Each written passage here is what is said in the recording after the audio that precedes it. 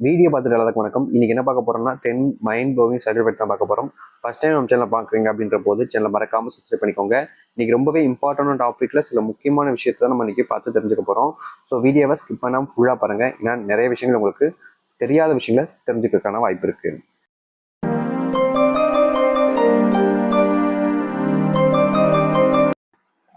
உங்களை விட்டு சென்ற நபருடன் நீங்கள் மீண்டும் சேர்ந்து வாழ வேண்டும் என்றால் முடிந்த அளவுக்கு அவர் கண் முன்னால் இருக்க வேண்டும். ஆனால் அவருடைய ஞாபகம் உங்களுக்கு இல்லாதது போல் நீங்கள் காமித்துக் கொள்ள வேண்டும்.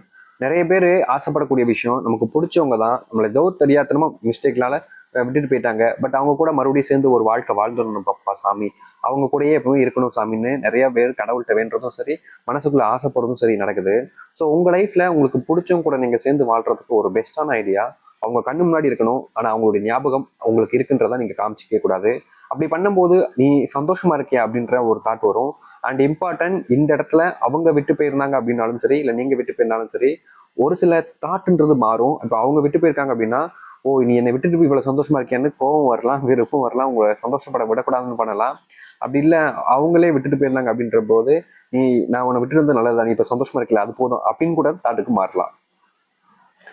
உங்களை விட்டு சென்ற ஆணுடன் நீங்கள் சேர்ந்து வாழ வேண்டும் என்றால் அவர்களை நீங்கள் சந்திக்கும் போது வேறு ஒரு நபரை காதலிப்பது போல், வேறு ஒரு நபர் உன்னுடைய மனதில் இருப்பது போல் காமித்துக் கொள்ளுங்கள்.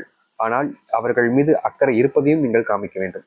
அதாவது பாத்தீங்கன்னா, நீங்க உங்களுக்கு பிடிச்சவங்க கூட விட்டுட்டு போன அந்த போர்ஷன் கூட சேர்ந்து வாழ நினைச்சீங்க அப்படின்னா, அவங்கள சந்திக்கும் போது, அவங்கள நேரில் மீட் பண்ணும்போது வேற ஒரு போர்ஷன் லவ் பண்ற மாதிரியும் காமிக்கணும். அதே சேம் டைம்ல அவங்க மேல அக்கறை இருக்கிற மாதிரி நீங்க காமிச்சுக்கணும். அப்படி பண்ணும்போது அவங்களுக்காக குழப்பம் ஏற்படும். இவங்க என்ன பண்றாங்க, ஏன் இப்படி பண்றாங்க அப்படின்ற மாதிரி சில விஷயங்கள் யோசிக்க தோணும்.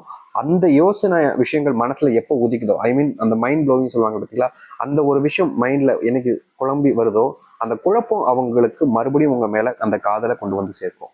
ஸோ இப்படிப்பட்ட விஷயங்களை நீங்க பண்ணீங்க அப்படின்னா, இருக்குதா இல்லையன்ற குழப்பத்திலே மறுபடியும் உங்க மேல காதல்ன்றது வர ஆரம்பிச்சிடும். ஸோ இப்படி பண்ணுங்க, பெட்டரா இருக்கும். எந்த ஒரு ஆணுக்கு சரி, எந்த ஒரு ஆணுகா இருந்தாலும் சரி, ஒரு பெண்ணை காதலித்துக் கொண்டிருக்கும் போது அந்த பெண் வேறு ஒரு நபரை விரும்புகிறார்கள் என்று தெரிந்தால் மீண்டும் உங்களோட சேர வேண்டும் என்ற ஆசையும் அந்த காதலும் அவர்களுக்கு வரும். நான் ஏற்கனவே சொன்னேன் பார்த்தீங்களா, ரிலேஷன்ஷிப்பை பொறுத்த வரைக்கும் நம்ம அவங்களுக்கு மட்டும்தான் அப்படின்னு நினைக்கும் போது அவங்க நம்மளை பெருசா கேர் பண்ணிக்க மாட்டாங்க, நமக்காக எந்த எஃபெக்டும் போட மாட்டாங்க. பட் நீயா இல்லை இன்னொருத்தங்களா சாய்ஸ்ல வைக்கும் போது, ஐ மீன் பாத்தீங்கன்னா ஒன்னு நீ தான் சொல்லும் போது அவங்க கண்டுக்கவே மாட்டாங்க, ரொம்ப பிக்கப் பண்ணுவாங்க. பட் சாய்ஸ்ல வச்சு பாருங்களேன், நீயா அவங்களா அப்படின்ற மாதிரி வச்சு பாருங்க, அப்போ அவங்களோட எஃபெக்ட் உங்களுக்கு தெரியும். நீ தான் எனக்கு எல்லாமே, நீ இல்லாம இல்ல, என்ன என்ன என்ன வேணா பண்ணுங்களே அப்படின்ற அளவுக்கு அவங்க உங்க பின்னாடியே மாறி மாறி வருவாங்க. ஐ மீன் நீங்க மட்டும் இருந்தீங்கன்னா அவங்க அப்படிதான் பண்ணுவாங்க. ஸோ உங்க லைஃப்ல விட்டுட்டு போனவங்க கூட சேரணும்னு நினைச்சீங்கன்னா கண்டிப்பா நீங்க அவங்க இல்லாத மாதிரியும் காமிச்சுக்கணும், இருக்கிற மாதிரியும் காமிச்சுக்கணும். இப்படி பண்ணும்போது அவங்களுக்கு நீங்க வேணுன்ற தாட் இன்னும் கொஞ்சம் அதிகமாகவே வரும். எப்போது பார்த்தாலும் ஒரு ஆண் உங்களிடம் பேசிக்கொண்டே இருக்கிறார்கள் என்றால் அவர்களுக்கு வேறு யாரும் இல்லை என்ற அர்த்தம் இல்லை. மற்றவர்களை விட நீங்கள் தான் முக்கியம் என்பதை அவர்கள் புரிந்து கொண்டார்கள். இங்க இருக்கக்கூடிய பல பேருக்கு ஒரு சில டவுட்லாம் வரும். இது என்ன எப்ப பாரு என் கூட பேசிக்கிட்டு இருக்கான், வேற யாருமே இல்லை போல, அதான் என் உயிரை வாங்குறான் அப்படின்ற மாதிரி.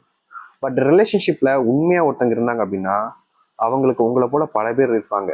ஆனா அவங்களுக்கு நீங்க மட்டும்ன்ற வேணுன்ற அந்த தாட்டு மட்டும் தான் அவங்களுடைய மனசுல இருக்கு. அதனாலதான் மற்றவங்க எத்தனை பேர் அவங்க லைஃப்ல இருந்தாலும் சரி, அவங்கள விட நீங்க இம்பார்ட்டன்றதுக்காக உங்களை தேடி வராங்க. ஸோ நீங்க என்னைக்குமே ஒரு விஷயத்த புரிஞ்சு நடந்துக்கிறது பெட்டர். உங்களுக்கு தேடி வராங்க அப்படின்றதுக்காக அவங்களுக்கு வேற யாரும் இல்லைன்னு நினைச்சு அவங்கள உதாசீனப்படுத்திடாதீங்க. ஏன்னா அவங்க அந்த அளவுக்கு அன்பு காமிக்காங்கன்னா அதுக்கு நீங்க டிசர்வான பொறுத்துதான் இருக்கணும். அதை விட்டு நான் இப்படி பண்ணுவேன் அப்படி பண்ணுவேன் அவங்க என் கூட அப்படி நினைச்சிங்கன்னா கண்டிப்பா ஒரு நாள் ஏமாந்து நிற்பதும் கஷ்டப்பட போதும் நீங்க தான் இருப்பீங்க.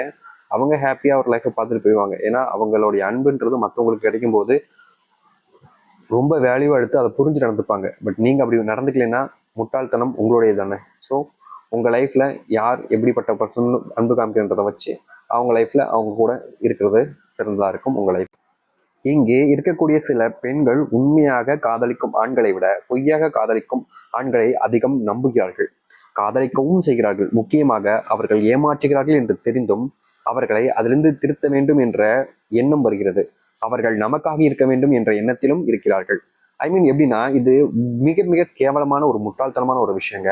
ஒரு பொண்ணு இருக்காங்க, அந்த பொண்ணு எப்படின்னா அவங்க லைஃப்ல ஒரு பையனை லவ் பண்றாங்க சரிங்களா, அந்த பையனும் லவ் பண்றேன்னு சொல்றாங்க. பட் என்னன்னா அந்த பையன் இந்த பொண்ணை பண்ற மாதிரி இன்னும் சில பொண்ணுங்க கூட கனெக்ட்ல இருக்காங்க. அண்ட் அவங்கள லவ்வும் பண்றதா சொல்றாங்க. அண்ட் அவங்க கூட லவ் பண்ற மாதிரி, ஹஸ்பண்ட் அண்ட் ஒய்ஃபா வாழ்ற மாதிரி நிறைய விஷயங்களை பேசிக்கிறாங்க.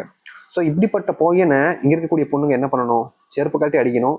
இப்படியாடா நீ என்னையும் அவங்களையும் நம்பி ஏமாத்திக்கிட்டு இருக்கியான்னு சொல்லிட்டு அவங்கள வேணாம்னு சொல்லிட்டு உதவி சொல்லிட்டு போகணும். ஆனா இவங்க அப்படி பண்ணாம அதுக்கு மாற என்ன பண்றாங்க, அவங்கள திருத்துறாங்களா? ஐ மீன் அவங்க எனக்கு மட்டும் இருக்கணும் அப்படின்றதுக்காகவும் அவங்க என்னோட மட்டும்தான் இருக்கணுன்றதுக்காகவும் திருத்த ஆரம்பிக்கிறாங்க. அப்போ உண்மையா இருக்கவங்க உங்களுக்கு ஒரு தூசுக்கும் ஆக மாட்டாங்க. அப்போ ஒரு பொண்ணுங்களை ஒரு பையனை 2 பேர் லவ் பண்ணிக்கிட்டு இருந்தா, 2 பொண்ணுங்க லவ் பண்ணாதான் அந்த பையனோட வேலையை உங்களுக்கு புரியும். அப்படித்தானே? ஸோ அப்படிதான் இருக்கக்கூடிய நிறைய பொண்ணுங்களோட லைஃப்ல நடந்துகிட்டு இருக்கு. ஐ மீன் பாத்தீங்கன்னா, ஒரு பையன் ஒரு பொண்ணுன்னு இருக்கவங்கள அந்த பையனை மதிக்காம விட்டுட்டு பிரேக்கப் பண்ணிட்டு போயிடுவாங்க. ஒரு பையன் பல பொண்ணுங்க கூட ரிலேஷன்ஷிப்ல இருக்க ட்ரை பண்ணும்போது அந்த பொண்ணு அவங்க அந்த பையனை எப்படியாச்சும் நமக்காக வச்சுக்கணுன்றதுக்காக ட்ரை பண்ணிக்கிட்டு இருப்பாங்க. முட்டாள்தனமா இல்லை. ஸோ உங்களுக்கு புரியுதான்னு தெரியல. பட் இது நிறைய பேர் லைஃப்ல நடக்கக்கூடிய ஒரு விஷயமா இருக்கு. இது உண்மையா விரும்பக்கூடிய பசங்களுக்கு தப்பா மாறுது. அண்ட் ஃபேக்கா இருக்கக்கூடிய பசங்களுக்கு நீங்க உண்மையா இருக்கீங்கன்றது தான் பார்க்கும்போது கஷ்டமா இருக்குது. ஸோ கைஸ், இந்த ஒரு வீடியோ அவ்வளோதான். உங்களுக்கு பிடிச்சுன்னு நினைக்கிறேன். இதே மாதிரி வேற நிமிஷம் வீடியோ பார்க்குற வரைக்கும் சீதா, பை பாய்.